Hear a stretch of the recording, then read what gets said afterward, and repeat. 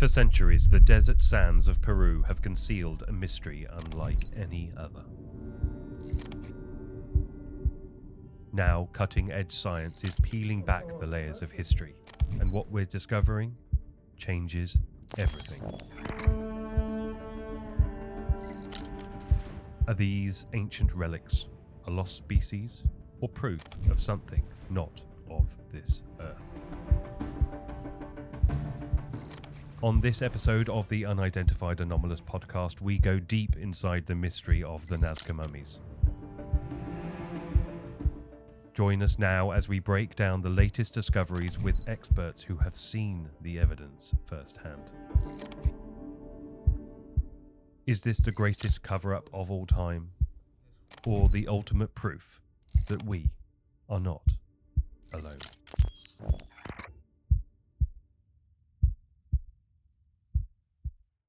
Hello, everybody, and welcome to this week's edition of the Unidentified Anomalous Podcast. I'm Digby Furno, and joining me, as always, is my wonderful co-host, Tom Thompson. And what a hell of a show we've got today, haven't we, Tom? Oh, man. Yeah. Well, what's interesting about this whole thing is that, like many other people, we sat on the fence with this, waited for updates, and now we've gotten some. And my perspective on this situation has shifted significantly, and the public doesn't have the whole story. So that's part of what we're doing today, right? Is we want to try to enlighten everybody as to what they're missing. And what's weird too is that a lot of it's actually out in the public, but they're like in articles that need to be translated, and sometimes people don't want to go through the trouble of doing that. But this is exactly as it was explained to us in this Zoom call that we had on Saturday. And I was just bewildered by what I heard, honestly. Yeah, no, I have to agree. And it's one of these situations where all the information is out there, but it is so fragmented and so all over the place that it's actually really difficult to take in the important parts. And what we're aiming to do with this episode today is give you a bit more background information and understanding as to why certain things that need to be done haven't been done yet. We're joined by Joshua Mcdowell, who are at the forefront of all of this research over in Peru. And we're being joined as well today by Jason Sands to give his perspective on the situation, which I'm really looking forward to actually hearing Jason's perspective on this and see if there's any crossovers with his own experiences. And we've got a guest joining us as well, Sara Bond, who is a big fan of Jason's on X and has been following the progress with the Nazca Mummies. So she's coming on to join us as well. So without further ado, let's head over to our guests today and let's see if we can get to the bottom of this. All right, welcome everybody. We're super happy that we could have you all here with us today. Obviously, we had a Zoom call the other day where all of us were present, so we kind of have a backbone to what we're doing today. But I think a really good starting point for us today is for Josh to kind of just briefly tell us who you are and how you came into the Nazca Mummies situation. How did you become attached to it, just so everybody has like a basic understanding of your place in this story? Sure. Thanks, Tom. Good morning, everybody. I'm Josh Mcdowell. I'm a criminal defense attorney in Colorado Springs. And I know it seems a little odd for me to be involved in this, but I'll kind of walk through the story with you guys a little bit. And last year, this would have been January of last year, so just over a year ago, I was on social media and I'd seen Jaime Maussan's presentation in front of the Mexican Congress. And I think it was probably on Twitter or X, something like that. And kind of was intrigued by it. And so I went and found the full video of his congressional hearing, just because I was like, this is very strange, very odd to see these mummies or bodies, whatever we want to call them. And so anyway, I watched it. At the end of his presentation, or during his presentation, he says, we welcome experts from all over the world to come look at these, forensic experts to come examine these. And as it happens, my father is former president of the American Academy of Forensic Sciences. He's a forensic odontologist, Dr. John Mcdowell. And so, I talk to my dad all the time, and I said, have you seen this yet? I sent him over the link to the video, said, check it out. Tell me what you think. And so he watched it, was intrigued by it, as one would be, because it's so odd and different. And I said, hey, did you notice how he said that he welcomes people to come look at these things and to examine them? And I said, what do you think I should reach out to Jaime Maussan? And he goes, yeah, nothing will come of it, but go ahead. And within an hour and a half, we were on the phone, Jaime and I, and he said, come on down, let's go to Peru and let's take a look. So that was our introduction to it. Was just simple as social media, a random, just as I was scrolling through, and it just happened to pop up. And I'm not normally in these spaces. I'm not looking at, and I know there's a lot of crossover with UAPs and UFOs and the mysterious. It just was happenstance that it ended up on my phone that day. And at that same time, this was in February, so January to February is the annual American Academy of Forensic Sciences meeting. And this year, it so happened that it was in Denver, an hour from my house. And my dad was getting the big award, which is called the Gradwell Award. And it's kind of the biggest peer award in forensic sciences. And so my whole family was going to support him. And we're all here in Colorado anyway. And it was great because all of the best forensic minds, and scientists, and docs were in the building. The guys from all over the world were in the building that day. And I had just talked to Jaime Maussan, who had invited us down, with a week before this. And so we talked to a pathologist, we talked to an anthropologist, because my dad says, if I go alone, we're not covering all the bases. We need, a multidisciplinary team. And so we asked the Dr. Caruso, who is the medical examiner of Denver, city and county of Denver. And my father's a deputy medical examiner. He's retired, but also is a medical examiner for the office in Denver. And then also the Dr. Rodriguez, who's the state of Maryland anthropologist, and guys that my dad's known for years. And they were intrigued too and said, let's go on down, let's check them out. So that's kind of how our involvement came about. Wow. A lot going on there. So I guess the next part of this that is crucial to the story, and I want to bring this up early for a very specific reason, but when we were talking the other day, I want to get this out of the way right now. Digby and I were actually talking about it too. Can you tell the audience and us here what you know about some of the bodies that don't appear to be fabrications versus ones that appear to be fabrications? There's a split off there, and I feel like the public does not have a strong grasp on that. They read one headline and they don't look at any of the other evidence, and they're missing so much of this story. They think that all of this is just, farmers market constructions with straw and chicken bones and such, but that's not the case apparently. No, Tom, you're right. This is a big, broad question. I mean, this could have a 20-minute answer to it, and I'll try to keep it as concise as possible.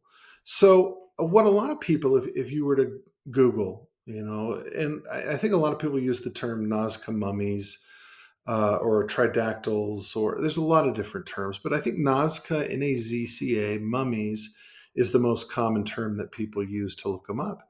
And if you were to Google that, and I've of course done it, one of the first articles you're going to see is a Reuters article that talks about Dr. Flavio Estrada, who works for the Peruvian government, at a press conference in 2004, I think it was January of 2004, showing these little bodies, 14 to 18 inches, bodies wearing a yellow and pink dress and silly slippers and things of that nature.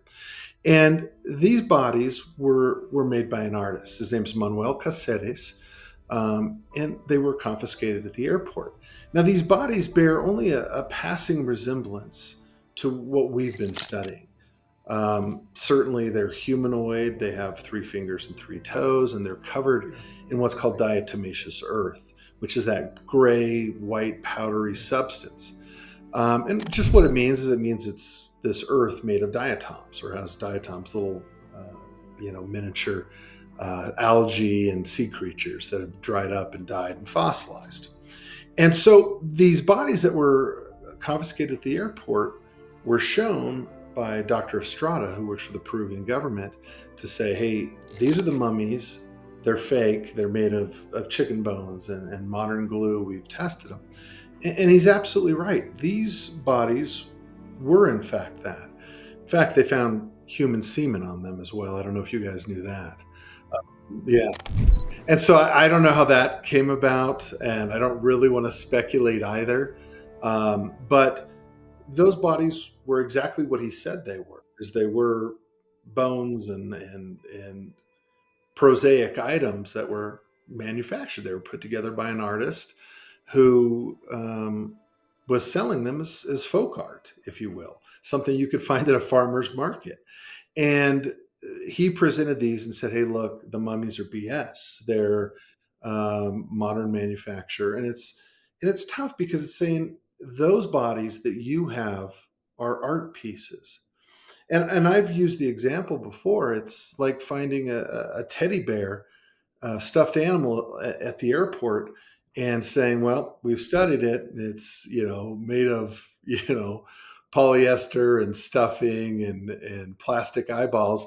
That means the bears at the zoo are fake, and they have nothing to do with one another. It's just, they are so far apart. But within the mummies themselves, we've seen so many different types of morphologies. And so the little 16-inch ones that Dr. Estrada has are somewhat visibly or visually similar to some of the bodies that we've seen. Some of the bodies are about 60 centimeters tall, so 2.5 feet tall. And those are more similar to those.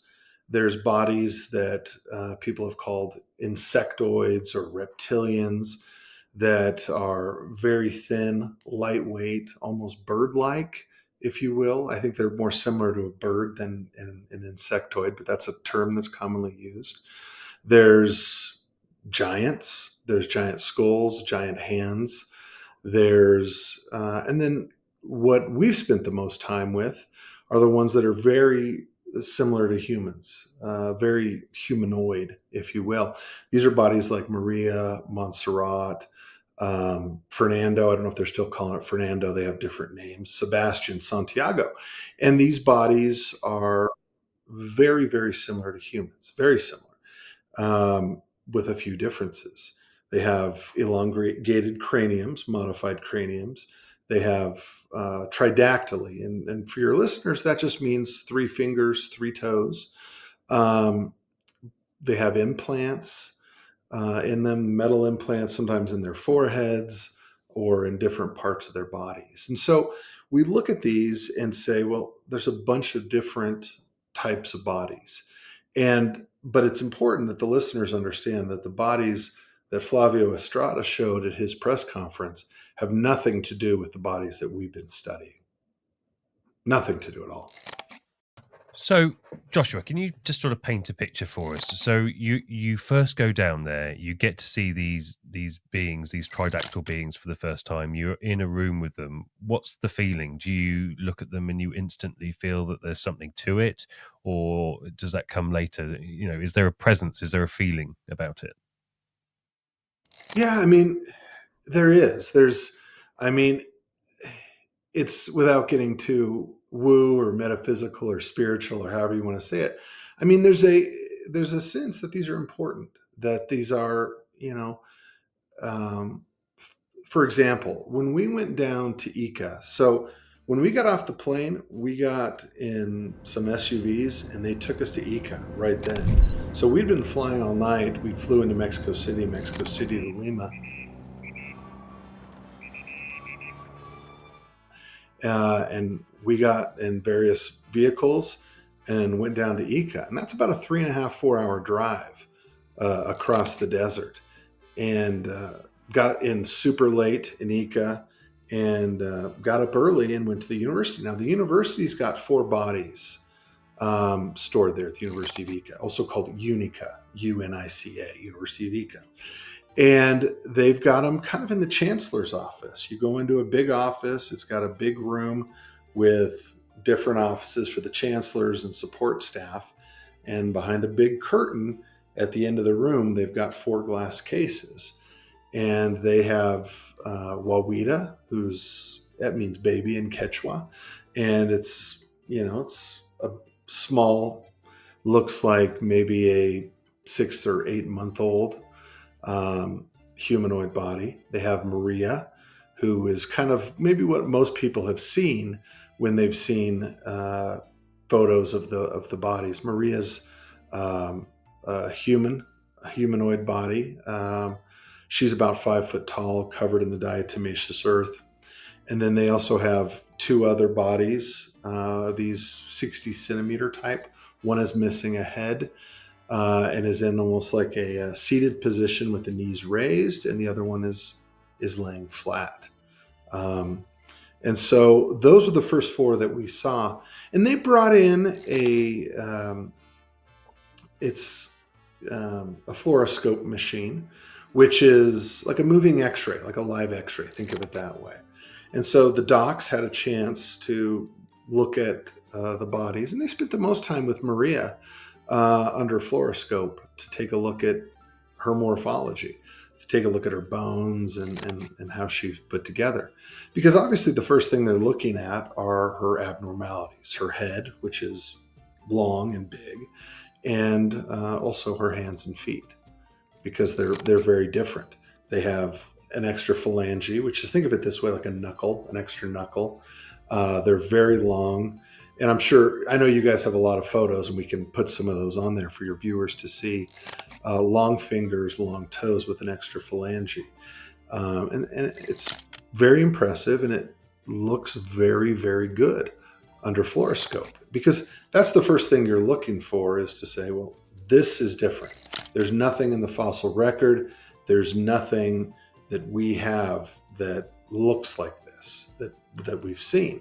And so that's where a lot of your interest goes, is to the hands and to the feet and to the head. So what are we saying is the estimated age of these beings at the moment? Last I heard, we were looking that they suspected that they were about 2,000 years old. Is that accurate? I think that's true. I've seen some carbon-14 that have been done on some different of the specimens, and 1,700 years old is 1,700 to 2,000 years old is about what we're looking at. There is some variation in the age range, and carbon-14 is a tough thing to do, because any sort of contamination, guys, is going to throw it off the results. Right. It can be, anything. Any contamination is going to, provide us inaccurate results. But I think that's accurate. It's probably 1,700. Sorry, Digby. Probably about 1,700 years old to 2,000. No, that's fine. I was just going to say, so they're found in this diatomaceous earth, easy to say, and there's a collection of various different bodies, all sorts of shapes and sizes in there. Was there anything else found there, to your knowledge? Any tools or anything like that in the burial site? Right. So the answer is yes. And a lot of what we know about this is from the grave robber, is how many people refer to him. His name's Mario. It's a nickname. His actual name's Leandro. And I interviewed him down there, actually, at the University of Ica. He came down, and I was able to interview him for about an hour and a half to talk to him about these things. And I'd done, some legwork beforehand, looked into the criminal case that he'd been charged with for grave robbing, and looked at some of the maps he'd drawn for the prosecution, and also some photographs that he had. And so there are different artifacts, we'll call them, that Mario says were found in the cave with the bodies. And he described how the bodies were found. He says that Maria was in the middle, and a lot of the bodies were placed around her looking at her in the middle, and that various artifacts were found in there. Now, keep in mind, these are likely, if they are 1700 years old, are from the Nazca period. Now, the Nazca period is 100 BC to about 800 AD. The Paracas period is the period before that, 100 BC to about 800 BC. So we think that these bodies are from the Nazca time frame. And if the carbon-14 is correct and it comports with what we know. The Nazca, it's a city, it's the region, but it's also the name of the people. And the Nazca, they didn't have tools. They have a very different, they're not in the Stone Age, Bronze Age, Iron Age, like we would see in Europe, okay? So they're in a very different ages, or, they're I guess you would say they're more lithic or more of a Stone Age. They didn't use tools. We don't have any fossil record or any anthropological record, I guess more appropriate here, of them using tools. Now, we do know that they worked in gold, but it was mostly for decorative purposes. They were very skilled at pottery, textiles, very skilled at using gold and what also is called tumbaga, which is gold and another metal and alloy, usually copper, put together. And so they did use that for decorative purposes, but they weren't using tools, Digby as such. They didn't have iron or bronze tools. It was mostly stone that we know of. But to kind of get around to the question, there are quite a few things found that Mario says were found in the cave, and things that I find very curious that don't make a lot of sense. And some of those are rocks that have been carved, ceramic carvings or ceramics of various things that look like dinosaurs, that look like classic UFOs, that look like alien heads, like the classic gray, the big eyes, the strange shaped head. There's also things that look like, a brake pad, that are circular, that are metallic and bendable. Just stuff that would be anachronistic for the time period, that make no sense to me. And we only have that because Mario says, hey, I found him there. And, certainly he's been selling them.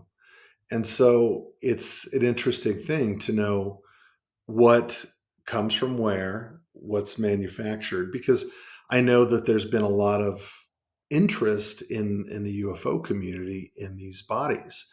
And I wonder if he's not coming up with some keepsakes that, he could sell for $100 or something like that. And it's a tough situation because, he has a history of fraud. He has a history of grave robbing. I know when I interviewed him, this is what I do for a living. I'm a former prosecutor.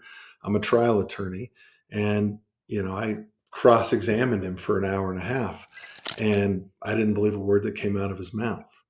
And it makes it very difficult because he is our link to the source. He's our link to where these things were found. Now, are these fossils? Are these real mummies and bodies? They are. They clearly are.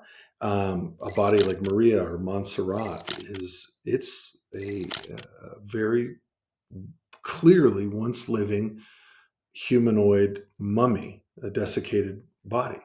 But also, this is part of the mystery, guys, is there's so much confusion that's been thrown into it, where we have these bodies that are constructed bodies, and we have artifacts that are anachronistic and make no sense.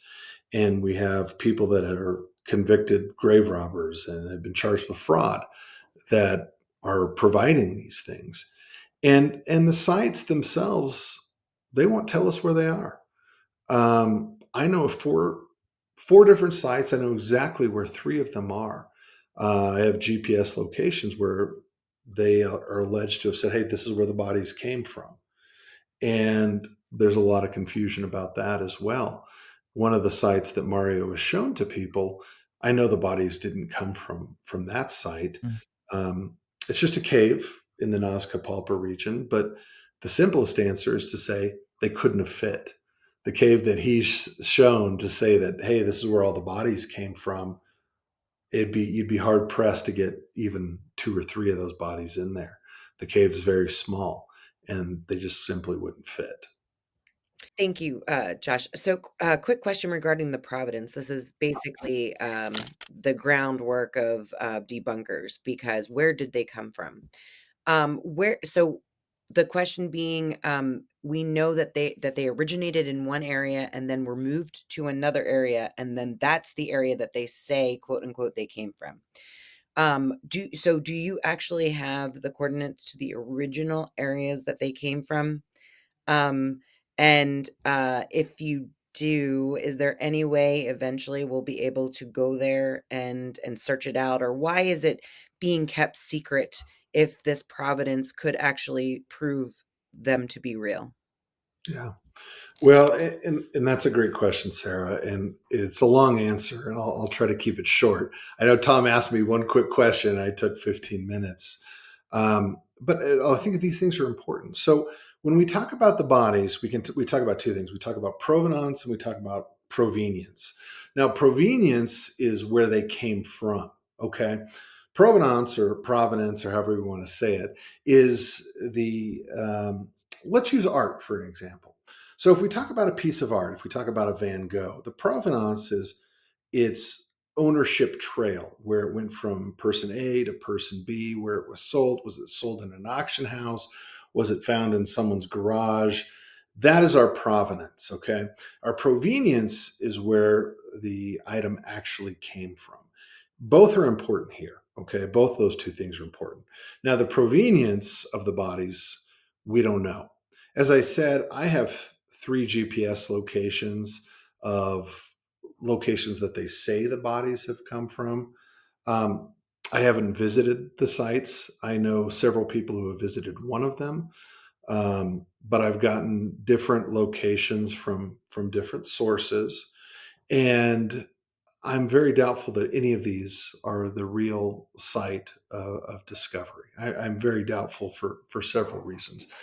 Number one is this is big business. These bodies have sold for hundreds of thousands of dollars. The different artifacts have sold for large amounts of money, and they've ended up all over the world. So they've ended up in Russia, Japan, Brazil, private collectors in Peru, and so and there's a lot of cloak and dagger stuff going on down there between people that are in the Nazca and Ica, the Pulpa region, where it's big business. And so if you find a gold mine, you don't want everybody else to know where the gold is, right? If you've struck it rich or you've found the location, it's very important that remains secretive, because you don't want people to, take your find. And so that's been very important. And because a lot of different people have been looking for these things. When these people that have nothing, they're incredibly poor, impoverished areas that they live in a lot of people live in these what are called pueblos jóvenes, young cities that are just sprouted up and made of whatever they can find. And, they live off the land. They're farmers in a lot of these areas, and it's in a desert. And farming in a desert is not easy. And so when you hear about, something could be sold for $50,000 or $100,000 or much more than that, all of a sudden everybody's out in the desert looking for these things. Mm. So do I know where the bodies were found? No. The only person that really knows is Mario and his cohorts, and it's in his best interest not to let us know. And so, but more than that, Sarah, the sites have been destroyed for archaeological purposes. Everything's been moved. So he told me that he moved them. He got the bodies and artifacts and whatever was in this cave and moved them to another location. And so I've seen photographs of bodies inside of caves that are larger caves that are, clearly filled with diatomaceous earth that Mario sent to me personally and sent to other people that they've shared them with me. So the question is, I think the provenience is destroyed. I don't think we'll ever know. And it's because we're dealing with grave robbers, and they have every reason not to let us know. And it's a shame, because it would tell us a lot about the source and where these bodies came from. But I think that's gone to history, guys. I really do. It's unfortunate, because obviously that's a big part of the story. But I think even with that part missing, there's a lot that we can do with what we have. And there was a lot of people that I was talking to on the post that I did on X this week about this recording that we're doing right now, and that, we had the Zoom conversation. And there are a lot of people that want some kind of smoking gun, or they're looking for something to sink their teeth into as far as the validity of these remains being actual biological specimens and not, constructions.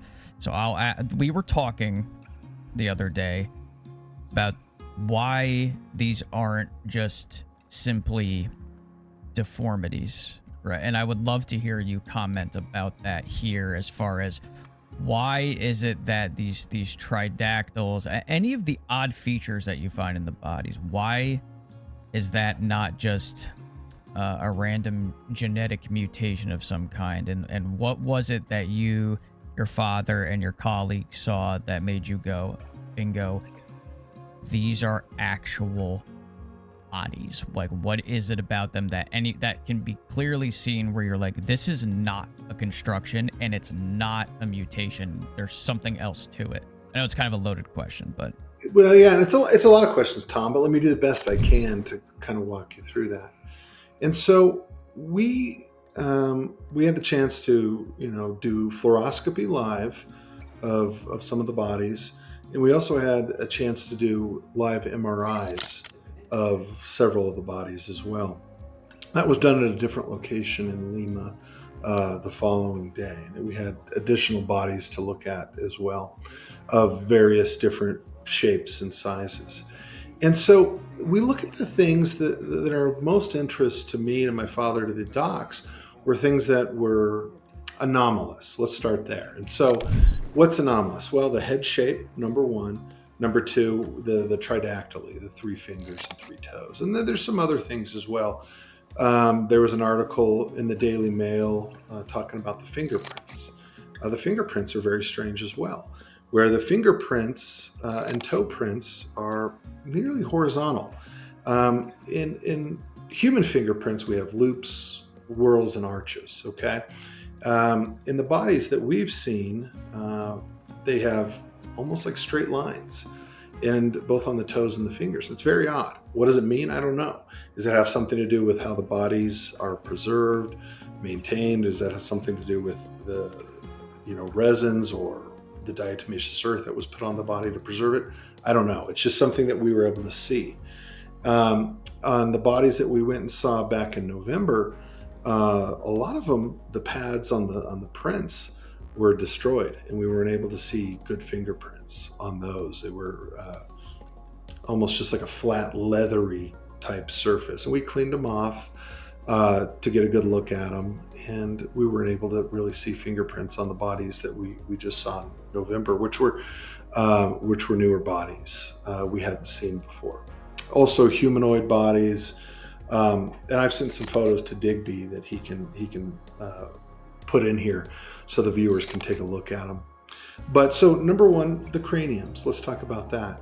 So the craniums are elongated. Now we know both the Paracas and the Nazca people did this. We know that they did head binding. And head binding is something that happened all through the Americas. It happened in other locations around the world too, but in the Americas it was actually quite common. Helene Silverman, who's one of the foremost scholars on the Nazca people, has a book called Nazca.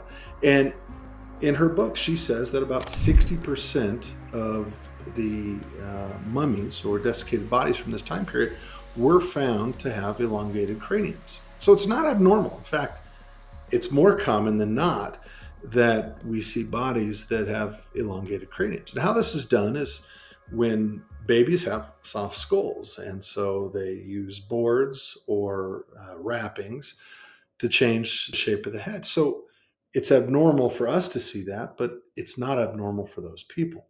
What is abnormal is to have a volume that's different. Now, when you modify a cranium, the volume should stay very close to the same volume of a normal human head.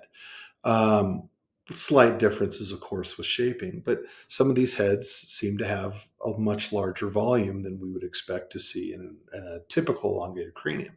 We see things like orbitals that appear to be larger than normal, lack of external noses and pinna, or in your ears, which isn't super strange for mummies, but it is different. But the most interesting features is the tridactylism. And you'll see the feet and the hands are very different. So we have an extra phalange, as we talked about, an extra knuckle. And also the hands seem to be cut further down. So into the carpals and the metacarpals, the hands look very, very long. And to answer your question, Tom, one of the things that really popped out to the docs is to say, well, is this a mutation? Because that's one of the first things you want to look for is, okay, the body is very humanoid except for these features. And so is this an example of, there's a couple different things. Is it a genetic drift? Is this something where a small group of people were interbreeding? Somebody had a genetic defect, and then a lot of people within this small group had this same genetic defect. We call it the founder's effect or genetic drift. And so is it possible? Yes, we've seen that in different places around the world. The great example of that is the Vedoma tribe in Africa that has these feet that are split up. They call them like the ostrich foot people. Right. They do look like an ostrich foot, and it's an example of genetic drift. A small tribe, isolated, interbreeding, that has a very similar genetic defect. Well, in those situations, and in many situations where we have a genetic defect, they lack uniformity. And so if that's where you're getting at, Tom, that's important here because these hands and feet are all very uniform. Typically, when we have a genetic defect, they lack uniformity. They don't look like they're supposed to be that way. They don't look uniform.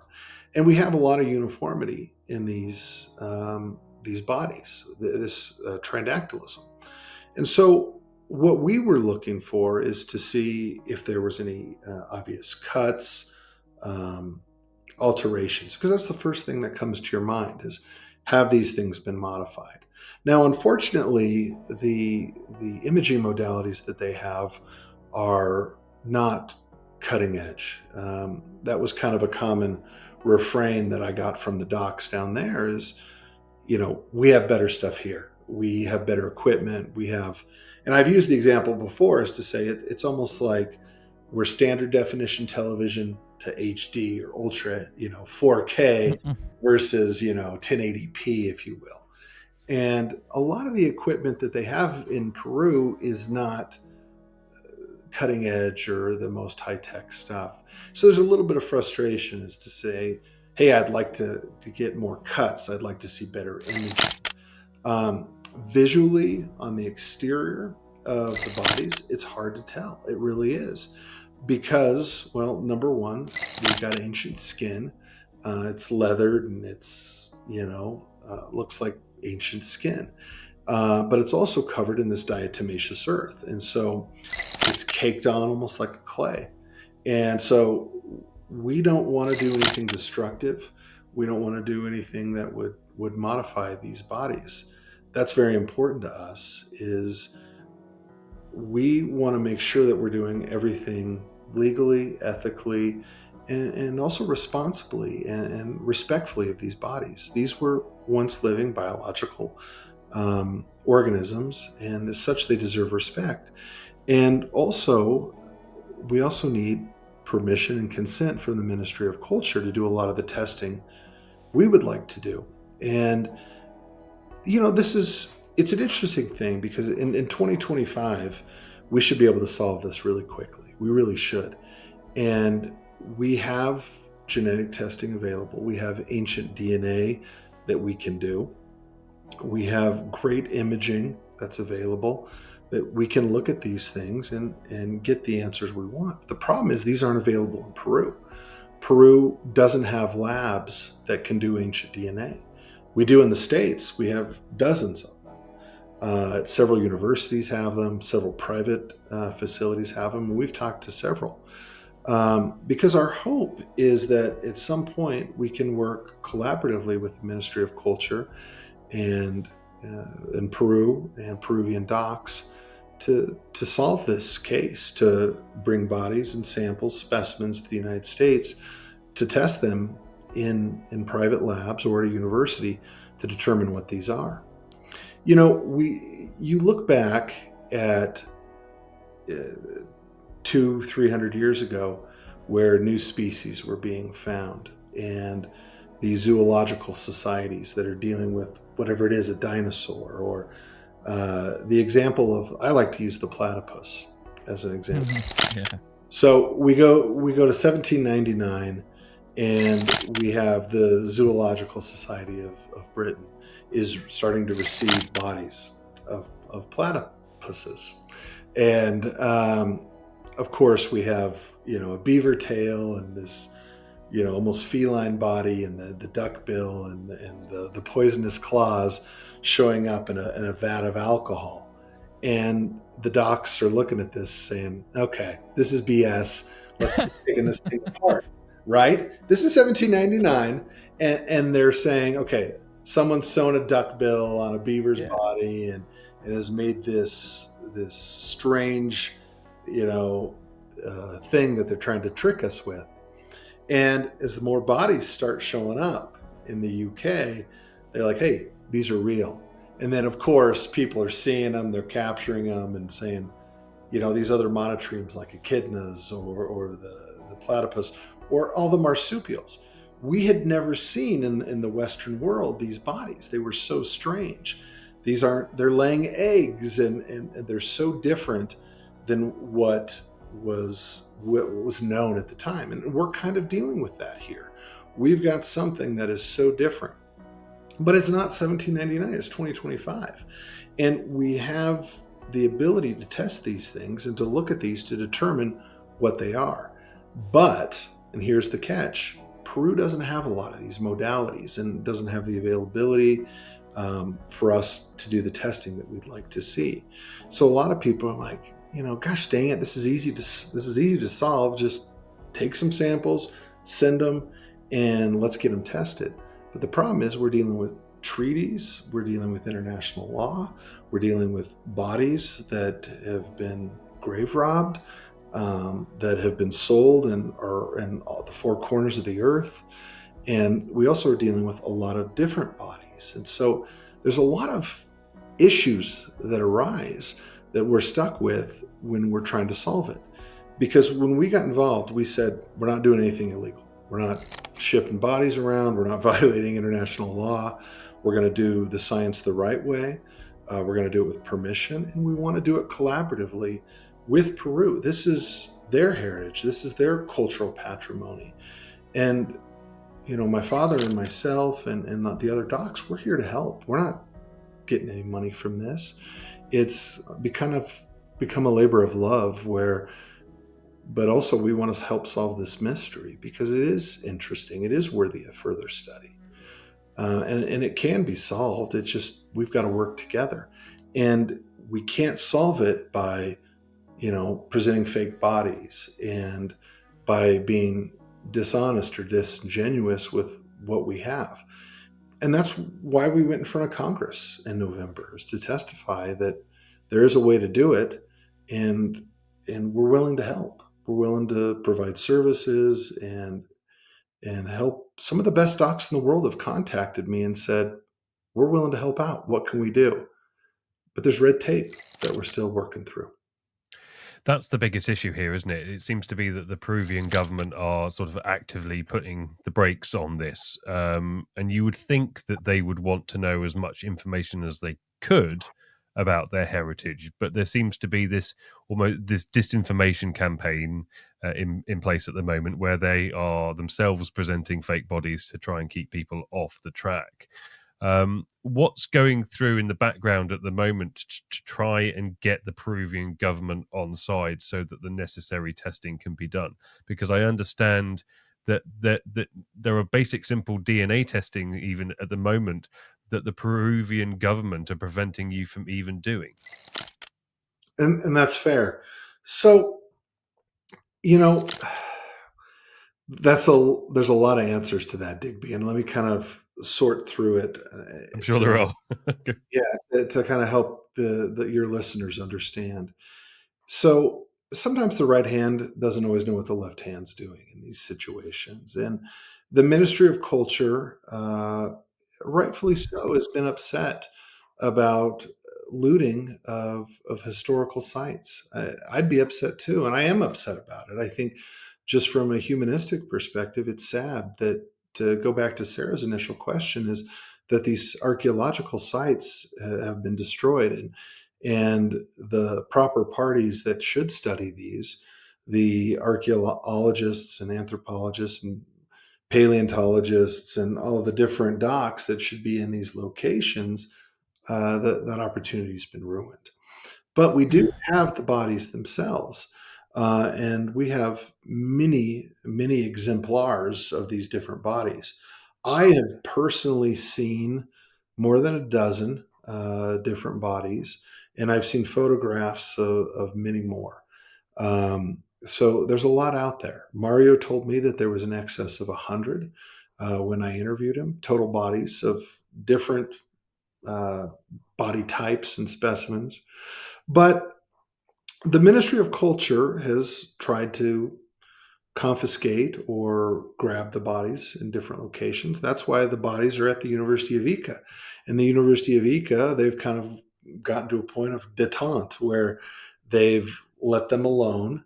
But not only just a few months ago, I think it was October, that they asked to borrow the bodies. They took them to an independent hospital, had independent docs X-ray and image these bodies, and returned them.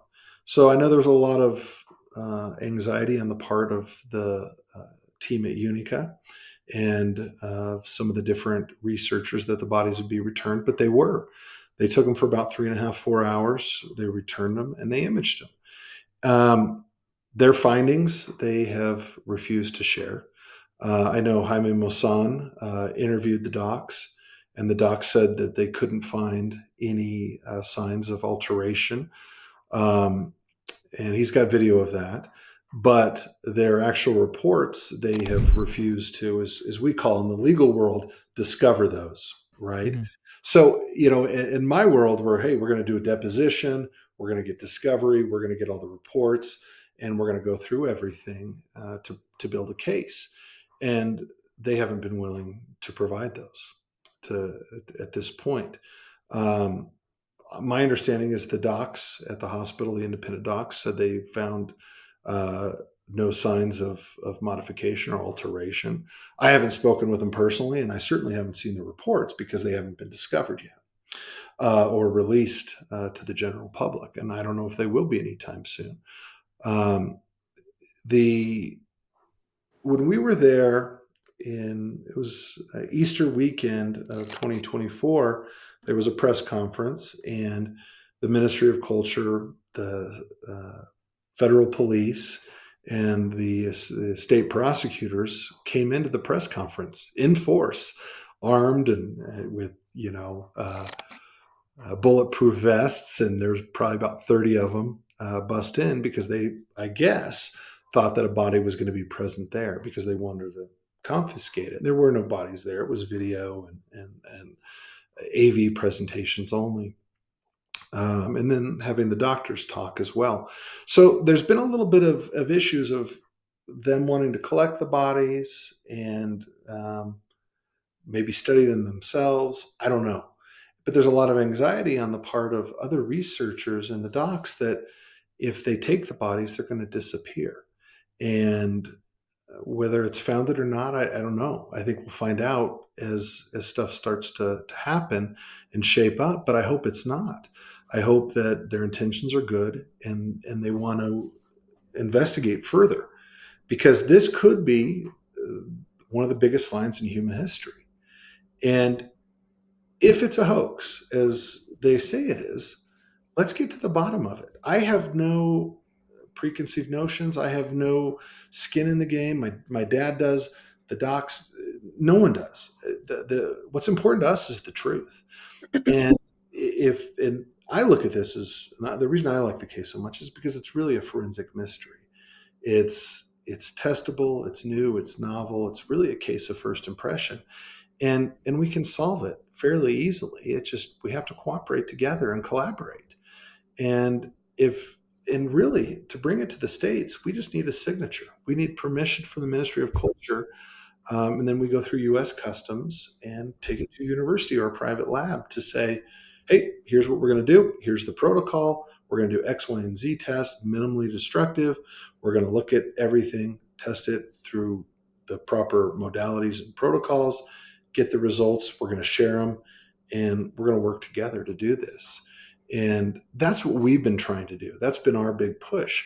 So in November, when we were in front of the Peruvian Congress, that was our push, is to say these are worthy of study. These are important, unique specimens, and they should be studied. And we can get the answers. We just need to work together. And all we really need is a signature.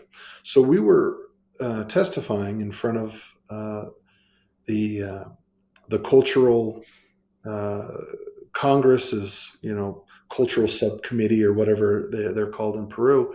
And we were able to talk to them afterwards. We had lunch with them. I was able to have some really great conversations with the docs, with the congressmen. And we're hopeful that we're going to have another congressional hearing in the near future, that we hope that we can have a plan, a collaborative plan to work together to get to the bottom of it. Based on what you have stated here with us today, Jason Sands, you have brought up in the past that tridactyl biology was discussed at Wright-Patterson Air Force Base. And I kind of wanted to link the two. I'd like to hear, if it's okay with you guys, your thoughts on that, Jay, and then Josh, what you think regarding what Jay said. Yeah, I find it kind of curious with the tridactyly that's something that I did have some exposure to on some of the missions, that they were looking at something that had tridactyly. I find it curious also that, you find that being one of the most strongest points of evidence that can be looked at, because, they don't look like mutations. They look like they're very normal looking bones, for the most part, but they're in a anatomical kind of a mysterious spot right now as to what exactly would produce that. Because if it is normal looking as it is, then yeah, they were probably born this way, and it's a normal modification in those particular types of peoples, and that would be something. And I also agree that the provenance is going to be difficult. And I think as long as we have the bodies and they are preserved, we'll someday be able to get to the bottom of that, at least be able to inspect those. I find it curious, though, why they don't release the results of the MRIs and all the other things they've done. And again, you're saying that these people showed up with, body armor on and looking like they're going to take everything that they could find. That definitely shows that there's some resistance by government entities even, and agencies trying to get in the way. And I think that itself was a proof that there's something about these mummies that needs to be further investigated. And I think that maybe you would say the same thing, but how do we get them out safely if we do get a signature from the Ministry of Culture? How would you propose that we would do something like that, and keep the bodies safe from people coming with guns blazing and stealing them? Well, that's a great question. And maybe that's above my pay grade as far as the transportation where to go.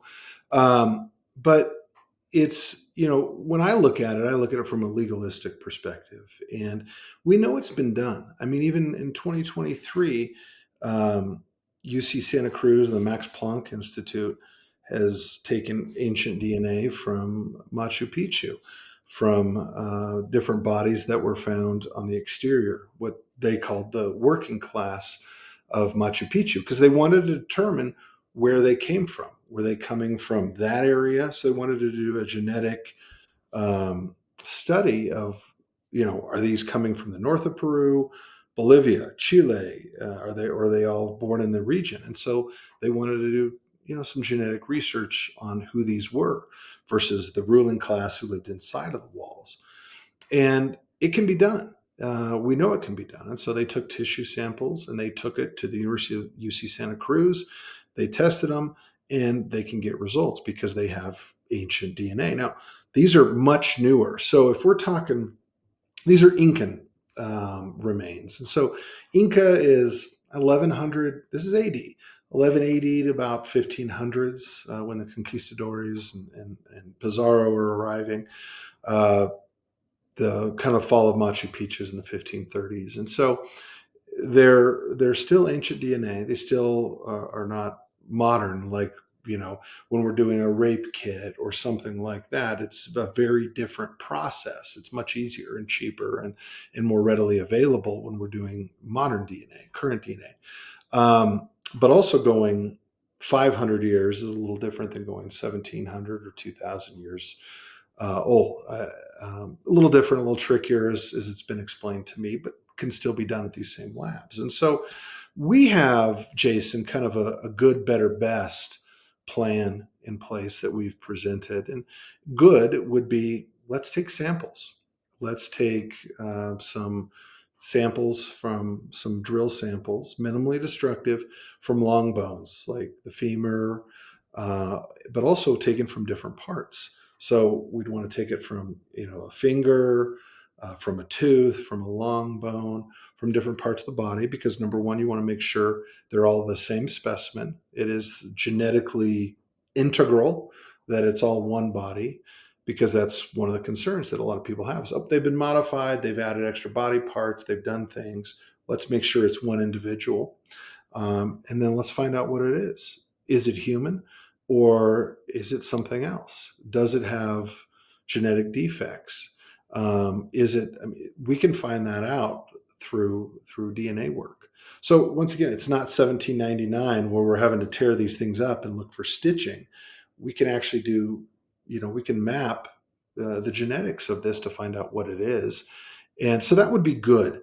That would be the good. And then best would be to actually take several different specimens to a university or to a private lab that had various different modalities to test these things, to get better imaging, to have a multidisciplinary team look at these. Pathologists, anthropologists, zoologists, odontologists, everybody to get together to do their specialty on these bodies. And that's kind of a common thing that a lot of people say to me as they say, oh, well, Dr. McDowell's an odontologist. And he is. That is his thing. He's an odontologist, a forensic odontologist, who's also, done a 5-year residency in radiology and forensics and all sorts of different things. But his goal is to stay in his lane, to stay in what he does. That's why even at the beginning, we brought a pathologist and an anthropologist with us, because the teeth are interesting. The maxillofacial stuff in these bodies is very interesting, but we need a multidisciplinary team to look at these to determine what they are. And that's why we've got the Peruvian docs and Dr. Zalce, the Mexican docs, as a whole team looking at these things together to collaborate and to talk together. And so, the best, which we may not be able to get, the Peruvian government, the Ministry of Culture may not sign off on that. They may not want these whole bodies to go to an American university or lab or European. They may not want that because, well, they're worried about exactly the things you're talking about, Jason. Are these things going to disappear? And I'm very concerned about that as well. because between the misinformation, disinformation, attempts to collect the bodies, and I don't know whose intentions are the purest and what their intentions are, and I think it's an important thing to study where we actually have physical bodies where we can test them. They are available to be tested, and we'd like to do more to get real answers. So let's talk about something that's obviously your father's speciality. Let's talk about the teeth. What condition are the teeth in? Are they perfectly aligned? Are they well kept, or do they show any signs? People in third world countries around here that don't have the ability to look after their own oral health, they will show signs through their dental records of poor oral health. Is there any signs of poor oral health with these beings, or is it the contrary? Well, so what we've done, once again, is we looked at them through fluoroscopy and MRI. And so these mummies are very fragile. And so we're not doing a full oral exam where we can open the mouth and get in and look at all the surfaces to see if there's, cavities or destruction, or, if they're mainly having a plant diet, or if they're omnivores or anything of that nature. A lot of that would have to be done by removing teeth or doing a better oral exam, because we're just looking at, think of it like x-rays through fluoroscopy or through MRI. And so I can tell you that their dentition and maxillofacial structures are very, very, let's say, consistent with humans. They have, canines, incisors, molars, and it's consistent with human dentition. As far as the completeness of the dental record, it's going to vary from specimen to specimen. And remember, we have them at a lot of different ages too, Digby. So we've got babies, we've got preteens and teenagers, what I think are teenagers. We have ones that appear to be, full mature adults. And so you're going to have some variation between them, but a full, oral exam to determine, how well kept the teeth are or their state. I mean, I think that could be done at a certain point. Most of them have full sets. They have, and you can even see in some of them, they have unerupted wisdom teeth that are still in place. Some of the, you can see baby teeth in some of them. I mean, it's very consistent with human dentition. That's amazing. Mm-hmm. It does. They're all there. I mean, in some of them, the face, you'll see a little bit of a different slope to the face, right. Slightly different. It's interesting. I think a prosaic or pragmatic explanation would be, well, that's from the cranial modification, because we do see that in known Nazca and Paracas specimen, is that there's a slight modification in the angle of the face. So that's not abnormal. Would make sense. So I want to speculate a little bit, because that's honestly why I think a good percentage of people will want to hear about this. And I guess this is where we're going to not go off the rails, but we're going to have a little fun with this conversation. Josh, you obviously have quite a bit of passion attached to this, which we all here really deeply appreciate. And there's obviously, just after listening to you the other day, I even told myself, and I said to Digby, I'm like, there's more going on here than I ever realized. I've spoken to people out in the community that didn't want to hear anything else about this. They want to touch it with a 10-foot pole. And then you listen to all of this information and you realize just how simple it would be to get these things over here. Like what it would require, but then you realize how complex it is as far as making that happen. I want to know, I asked you this the other day, in your heart of hearts, what do you think we're really dealing with here? Like truly. And I know that's it's a big question, but is this representative of something extraordinary in your heart of hearts? You know, that's a great question, Tom, and I'm gonna kind of answer that in a little bit of a roundabout way. The the bodies, the Nazca mummies, are extraordinary. They deserve to be studied. They're worthy of study. Do I know what they are? No. Do I have ideas? I do. You know, I approach this. I mean, maybe this is the way I was raised or my background, but I approach it from a really pragmatic, practical viewpoint, where I think a lot of people. I'm going to get a little out there with this, but I think I look at this as almost like a Rorschach test for people. Is how they see it is there's a lot going on as to what they see it. There's a real Rorschach test to what people see, because people say, oh, they're cake, they're they're sticks and straw, they're paper mache, they're aliens, or they're time travelers, because that's the first thing people want to talk about is they say, Josh, what do you think they are? And I have ideas. I formed a hypothesis personally. I know my father's formed a hypothesis. The different docs have hypotheses. And I approach it from a really pragmatic, practical standpoint. And for a lot of people, I think we see maybe what we're conditioned to see or our perspective. So Jason says, well, hey, we've heard about Tridactyl. I've come across that. I've had personal experiences with things that, and I don't want to put words in your mouth, Jason, but that don't look dissimilar from these mummies. That and I've heard your description of what you came across at Nellis, and maybe it comports with these things. And so, for Jason's perspective, he's had a real life experience with something that tridactyly, or has these appearances without ears and big eyes and things of that nature.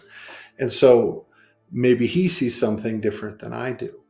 And the answer is, I mean, we can find out. We can, what I think they are, or what I lean to, or what my personal perspective is. I mean, Tom, I'll say it doesn't matter. What matters is the science, and we can get these answers. Do I have feelings or hypotheses? Sure, I do. And I'll tell you, my hypothesis, or I should say these, because it's different for the different bodies, the different morphologies or different specimens. I think they're different things. And so I think the answers are going to be different through the different morphological specimens. But I think if I were to, kind of ask you guys the same thing, who have, a limited background, if you were to boil it down to the most pragmatic, practical explanation, not what you think they are, but if you were to say, what makes the most sense from a pragmatic explanation, and I ask, the listeners to do the same thing, what do you think they are? And we're probably going to have 5 different answers, right, between the 5 of us. And I think that's true with a lot of people, is if you look at it, if I were to say to you, Tom, being honest with yourself, pragmatically, what do you think they are? Well, based on my own beliefs, and based on, and they're not driven even by emotion, but they're driven by like just years and years and years of my own research. I feel that these may represent the results of genetic modification of hominids on this planet. I think that's where we originate from. I think there's genetic evidence to suggest that something intelligent may have tampered with us at one point or another, and that perhaps these represent, you could say, like an early model of what they were trying to do. Perhaps these tridactylin parts are representative of there being more of their DNA present in the body, and then as you move on later down the line, they perfect what they're doing, and then they create something like us. And again, that's based on my grand view of everything. And the only other idea that I would even have is that it's some other hominid that existed on this planet that, for whatever reason, there's not a lot of evidence of them being here, whether it was from a cataclysm of some kind. But I think they're related to us in some fashion or another. But I think it has something to do with an outside intelligence. I really believe that. If these are truly organic remains, they're not constructions, and I think at this point we can pretty much say that some of these are not that at all. I don't think you would have even gone this far with this if you just thought they were all chicken scratch or, you know, nonsense. You wouldn't dedicate this type of time to that. That's where I'm at with it, honestly. I think there's some involvement with something else that was tinkering down here with maybe Cro-Magnon and other hominids, and the end result of all of those experiments eventually led to Homo sapiens sapien, which is us. And those are actually, you know, things that I hear quite commonly. Both those theories is that these are, you know, a different offshoot of an early man, like, you know, Denisovans or Homo floresiensis or Right. Cro-Magnon or whatever. That's a common theory that a lot of people have. And, you know, hybrid theories, I hear that one a lot too. I've heard a bunch of different things, and I think a lot of people get that from, you know, our interests, our studies. Like I said, it's a little bit of a Rorschach test based on we see, you know, based on our own experiences and what we, you know, so you sometimes see what you're looking for. And so I've tried to really keep an open mind, not to have that approach, is to go where the evidence takes you. And there are things out there, like I said, these artifacts in a cave that, you know, dinosaurs and alien heads and UFOs, they don't make sense. They're anachronistic. Why are they there? These different bodies that don't make a lot of sense to me, how they could move or walk, or they couldn't, you know, they've got proto wings, but they definitely couldn't fly. They don't appear that they could swim. They don't make sense to me. And, you know, I'm not a scientist, I'm an attorney, but I look at everything logically and want to say, okay, logically, what could be the answer here? So you form hypotheses, but you don't want too much of your background or your own feelings to influence what you're doing and how you're studying them. Jason, did you have a comment? Yeah, I was going to say, I think my desert encounter also has some of the very similar things that made me realize that the morphologies of the person I was talking to in the desert um, brings to mind some of the things that people have asked me about over the years, and same for you and the teams that have looked at these mummies, is that there's an absence of other things that they're not saying that gives proof that there are other things about these mummies that they can't explain. And that being like, yeah, if they were sewn together, there'd be stitches. Nobody's claiming there were stitches on any of these bodies. They're saying they're very old. Nobody's questioning that. So they're not arguing over that. It seems like the only thing they're really arguing over is uh, the government really getting in the way and the process getting in the way. And when you look at it, is that you talk to people like yourself and your father, and I feel like that speaks volumes more than what the governments are trying to hold back. And that's really also what's happening in the area of UAP studies, period. It seems like the government always seems to be in there, and only for one reason, and that is to stymie us, get us to shut up, or make it drag out so long that we forget about it. And I hate that about the whole thing. And I just truly am saying to you that I know exactly what you've been through, and I'm hoping that we get to a better place because, uh, like you say, this has some very, very simple solutions to getting to the bottom of this, one way or the other, and for the governments to just stop playing diplomat with their mummies, kind of thing, and all these things. I know that they have, you know, their reasons as well. I'm sure they'd give us an earful, but this would be a real earth-shattering discovery. So, that being said, what would you say um, to other folks? I know we talked about this, that you said they're at the university, right? And that people can actually come see these mummies, right? Yeah, so the university has 4 of the bodies. Other bodies are in various locations. And some of them are, like I said, in the 4 corners of the world. They've, unfortunately, early on, that they were sold to collectors. A couple of the bodies that I've seen personally, a collector that bought them early, 2017, passed away and wanted to share them with the scientific community. And that's how they've kind of come back into the possession of those who want to study them. And so we've seen some of those bodies. But the bodies at the University of Ica can be seen by people. You just have to arrange it with the university. It's not a museum, unfortunately, and so you can't buy tickets and just show up and walk through. But there's contacts at the university that, I mean, with us, they were incredibly generous. Rolled out the red carpet, like I said, brought in a fluoroscopy machine, gave us total access to examine and to investigate as we wanted, and gave us plenty of time.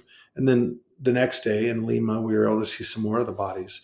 But it would have to be arranged to the University of Ica. I don't know if there's a contact there. And I don't know how, I know for researchers and probably for people that are journalists that are willing to investigate and take it seriously, I'm sure they'll open the doors. They were great with us. I mean, they were awesome and just generous and kind and thankful to have us there. Lots of welcomes and hugs and I've made good friends there that I still talk to, that I text with and stuff. The relationships are important to further the investigation. And so that's important to me too, just because I like them. They're great people as well. But it can be done. Researchers and journalists, I don't know if just anybody can go in because they're, inside the university in the offices. But if there was a reason to go see them, I know they've been very good about letting people visit them previously.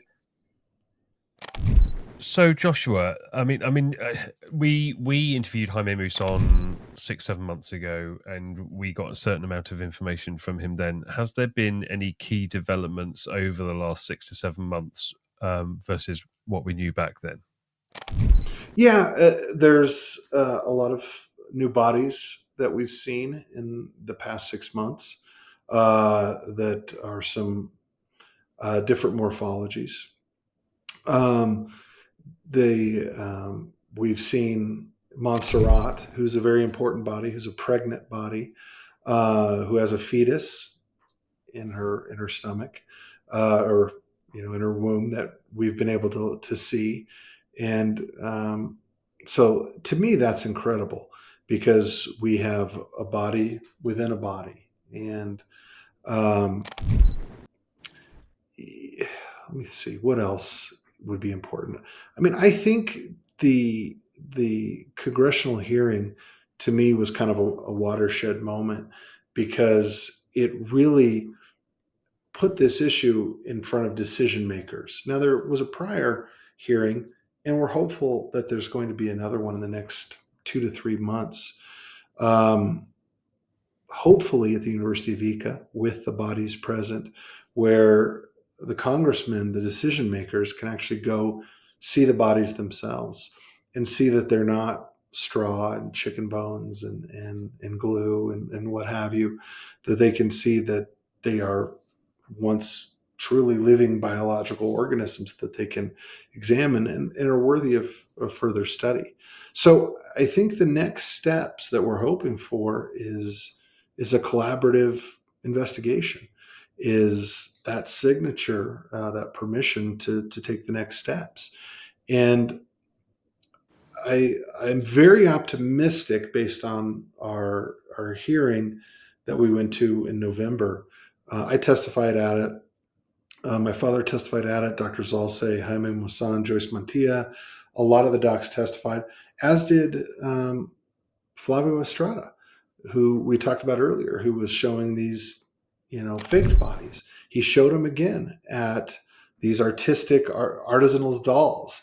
He showed them again and said, he even said to my father, said, Dr. McDowell, come on. Do you understand anatomy at all? These are fake. These have nothing to do with anatomy. These could not be real. And it's like, we know these aren't what we're trying to study. Those are dolls. So, and it's frustrating because it's like, even in front of Congress, we're still talking about this tired, doll theory. And, it doesn't do anybody any good to, in my analogy, to study the teddy bear. What's the point? It's, made of stuffing and fake fur. We know that. We're focusing on these things that were once living biological organisms that we'd want to study.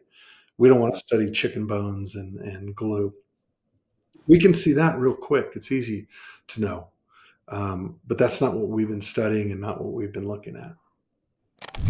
I just find the whole thing completely and utterly fascinating, and I'm trying to sort of put the pieces together in my own head as to what I think they could be, as I'm sure everybody in this room is doing the same thing and everybody at home watching.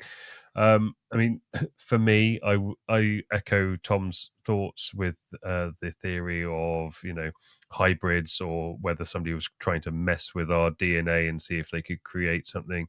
I find it so fascinating that there's so many different sort of morphologies, and also what you were saying about one was center while the other ones were surrounding it, sort of like presented it to it, which sort of makes me think that there's some sort of hierarchical element to it, perhaps. I don't know. My mind boggles. Is it the ancient crash site of a multicultural UFO? Who knows? But, the head binding for me is interesting because the elongated skulls, correct me if I'm wrong, show no signs of actually being modified through head binding. They're naturally formed that way. That's correct, isn't it? There's no signs of alteration there.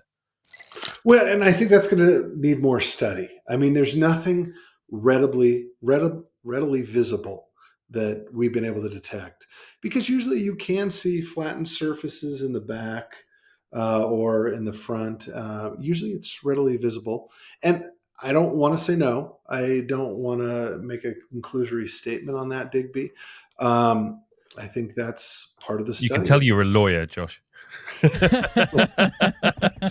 I don't want more data or deny. Love it. The head binding's interesting though, because it's why do cultures all around the world use head binding? They've used it for thousands and thousands of years, well predating the existence of these beings, which was, we say, 1700 to 2000 years ago. So which really came first? Have we seen beings like this throughout history, which has forced cultures around the world? And it is around the world because it's over different continents. So why are they doing this at a time when they don't have the ability to communicate with other people around the world? Why are they copying this? Are they doing it because it's something that they've seen somewhere else and they are trying to replicate what they would see as a deity? I find it absolutely fascinating, and I think we've got to look at these things as well. And this is a different discipline to be dedicated to researching it from this side, certainly. But we've got to look at things like this throughout our own history and think, well, what influences did it have on our own past? Has it influenced our past? Which came first, the chicken or the egg? And Digby, it's a great point. And I'll even take it a step further. Is from this period, the Nazca and Paracas period, we see in textiles, we see in petroglyphs, in pictographs. So pictographs are like painting on rocks, if you will. And then petroglyphs are carvings. Geoglyphs are what refer to those huge, like the Nazca lines. But in pictographs, in textiles, and petroglyphs, we see tridactyly consistently. We see heads that look like they may have been modified, cranial modifications. We see funny shaped heads, which are a little harder to decipher because is it an artistic rendition or representation? But tridactyly is dang clear. We could see 3 fingers in a lot of, like I said, textiles, petroglyphs, and petroglyphs and pictographs. We see it commonly. I mean, from Arizona all the way down to Chile, we see these representations. And so there's a little bit of a chicken and an egg argument, is to say, you know, is this something that they saw and it was important to them? Because remember, they didn't have a written language. Okay. So the Nazca, the Paracas, even the Incas didn't have a written language. You know, even the Incas would use string. They had like a way of communicating with tying string, but we have no written language from the Nazca and the Paracas. And when we look back at cave drawings and petroglyphs, etc., how do we determine what's important to those people? It's what they commemorated through their drawings, through their art, through their textiles, through their pottery. And time again, we see tridactyly, and we see these things that do correspond to what we're seeing in these bodies. And it's a chicken and an egg argument, is which came first. And so did these people that we know were head binding, had they seen it and they wanted to look like it? I know that's a common theory. A lot of people have said that to me, is to say, well, did they see, you know, somebody, you know, and once again, it's a Rorschach test, is people say, well, was it extraterrestrials or hybrids or what have you? Did they see somebody who had this morphology and they try to recreate it because they wanted to look like their gods or what they revered? I don't know. I mean, I'm speculating on things that people have said to me. I'm not saying I personally believe it. I'm saying these are theories that I've heard and that are interesting. And we have time and time again these drawings and artistic representations that, and some of them are right by these caves, guys. Like hundreds of yards away, we have petroglyphs of 3-fingered creatures. And it makes you wonder. It's a chicken and an egg kind of thing, is who did, you know, art, is art looking like real life here, or which came first? And so I don't know. It's a great question. Yeah, I'm thinking about it as well, that there's something very strange about 2,000 years ago in a lot of different places in the world. And it all seems to point to this other civilization, or a number of civilizations that were interacting with us at that time. And I just find that highly intriguing, and that it's been a part of our history, but we're just now discovering more and more about it. And mentioning the hieroglyphs, or the glyphs, and the pictograms and everything, I do have a gentleman who has provided me with a artifact from South or Central America that I can't decipher, but I need to find somebody that, if there's anybody in the audience that catches this episode and has knowledge of how to read or write Nazca or Mayan or whatever, and figure out what is on this coin this guy sent me a picture of, that would be great, because I'd love to decipher what it is. But it just adds to more evidence to that case. And the more and more we seem to discover, the more and more we find out that there actually probably was, like Tom was saying, is that there were beings that had tridactyly. And isn't that curious? And on top of that, they have morphologies that are very humanistic as well. Isn't that interesting? And even my gentleman in the desert that I met, same thing. Some humanistic, some not humanistic. And isn't that telling, that we're still seeing this thousands and thousands of years through human history? And I just think that gives you and your work a lot of credence too, Josh, and your willingness and your family's willingness to dig deeper. So I'm glad we've really got people like you in the mix. Thanks, Jason. That means a lot. And I'll tell you, Jason, I think you really hit on it. Is no matter what the answers are, it's part of our history, and it's part of their history, and it's important that we get to the bottom of it and solve this, because it's new, it's unique, it's novel, it's a case of first impression. And if we can solve this, we can learn a lot about, potentially our history and the history of the people that lived down there at the time. And I think those answers can be had.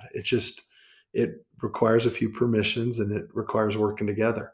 And, as my dad said, and as I've said, we're willing to work with anybody who's willing to take it seriously, to do it legally, scientifically, ethically, responsibly. Those are kind of the key words for us. Is it's not run and gun and we're going to do it, just by the seat of our pants. We don't believe in that. And it's important that we maintain credibility with the Peruvian government, that we're saying we're going to do it the right way. I know people have done it. People have taken different body parts, and people have taken things to different locations. And I don't agree with that. I think it needs to be done the right way, with permission and collaboratively. Okay. Yep. Well, we do have a future in this. I'm sure that everybody can agree that after our discussion that there are some things that still need to be explored with these mummies. And I'm glad we're having a discussion like this, because awareness is one of the first things that leads to better things. And when the people and folks like you are doing great work, eventually the government does turn around and try to do the right thing.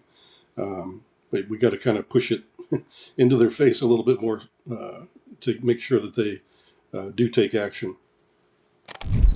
We really, really appreciate all of what you and your father and everybody connected to you guys are doing out here. It's really an amazing and controversial and exciting venture that you guys are on. And I learned so much this week about what has been happening, and it definitely changed even some of my own perspective on it. And we're about to wrap here, and I, for my portion of that, I wanted to ask you, what can we do, or the general public, what can we do to help in this situation? Is there something that any of us can do out here where we can aid you, your father, your team, Dr. Zalze, everybody? What can we do to push this forward, get it down the field, and maybe get some samples or the bodies themselves over to facilities that have the best technology to get this moving? Well, I think, Tom, somebody like you who's got a pulpit to talk about this, to try to get the truth out there, is really important. Is to have people that, like I said, I don't have any motivations or preconceived notions. It's, let's get to the bottom of it. And I think for you to continue to use your pulpit to say, hey, this needs to be studied, it's important, and there's a lot that can be done. I mean, for your listeners, maybe write your congressman, maybe write to Peru. We've done open letters, I think, to say, to keep it in the front of the mind of the public, to say that these are important and they should be studied, and that people support the scientific study of these bodies to find out what they are. So I think that's the biggest thing. That'd be the biggest takeaway for me, is guys like you, Jason and Sarah and Digby, to use your pulpits to talk about it, to say it's important, and let's study it. I think for me, my biggest takeaway is, and what perhaps I didn't realize or understand when we spoke to Jaime last time, was the backlash that's coming from the Peruvian government. So everybody's saying, oh, why don't they just do a DNA test on the skull and see if it's a reverse llama head, and all this sort of stuff that was all coming up. It's not that easy. They are being stopped from doing these tests. So it's not that they're hiding anything. Everybody that's investigating this is doing the best that they can with the allowances they've been afforded and the tools that they've got. And it's time to really take this to the next step and get this investigation underway on a completely another level. There's so much still to learn, but from my part, from what I've seen and the evidence that's been presented to us today and previously, it's clear to see that these are intact bodies. They haven't been put together. There's no sign of modification. There's no sign of mutation. So, these aren't individuals that have got many strands of mutations running throughout their DNA. There's no evidence of that. And these things were once alive. And if they were once alive, where did they come from and who were they? This, for me, has the potential to impact humanity on such a grand scale. I can't wait to hear more and see what comes of it. Yeah, I just wanted to, Josh, thank you for taking the time to be with us today. And for Digby and Tom allowing me to join you guys on your podcast today. I am very excited, and I implore scientists to come out and help, because, well, all the reasons that were listed, but also we have the link with Wright-Patterson. There is the talk that Tridactyl biologics was discussed there. So I do feel as though there's a link that is mysterious, and we really need to pull back, those pieces and dig further. I am very curious. And so my other thought is, where my theory lies is, are these remnants of a village of people that maybe went down into the earth, and my other thought is, are they gifts? Are they gifts to us so that we will find that we are not alone, and that we are not the only species that can stand and walk on, you know what I mean? So I'm leaning towards that. I'm curious to see what comes from the future, and I thank you for letting me be here. Yeah, and as for me, yeah, those are really good points there for the takeaways. And for me, as you know, I'm working with my own experience. There's nothing that you've said, Josh, that I find surprising. They're all morphologies that I've already heard about. They're all discussions I've heard about hybridism as well. So for me, yeah, there's a good chance that this is really something, and it's just waiting to be opened up. And I also thank you and your father and other folks that have tried to get at the truth and get it out to the public, to keep up with it. Don't be discouraged. You have a lot of people that love you. We're trying to fight for it too. We're trying to get to the truth. So just keep going, stay strong. And I just want to thank you very much for being here for us. Oh, heck yeah, guys. Happy to do it. I'm glad I've made some new friends and some, people that really appreciate, what we've been trying to do, and getting the word out there. So I appreciate that, guys. And really nice to meet all of you. Yes. Thank you so much, Joshua, and thank you to my wonderful co-host Tom Thompson, as always, and thank you for Sara Bond for joining us, and always our good friend Jason Sands. You have been watching the Unidentified Anomalous Podcast, and we will see you next time. Take care. Bye-bye.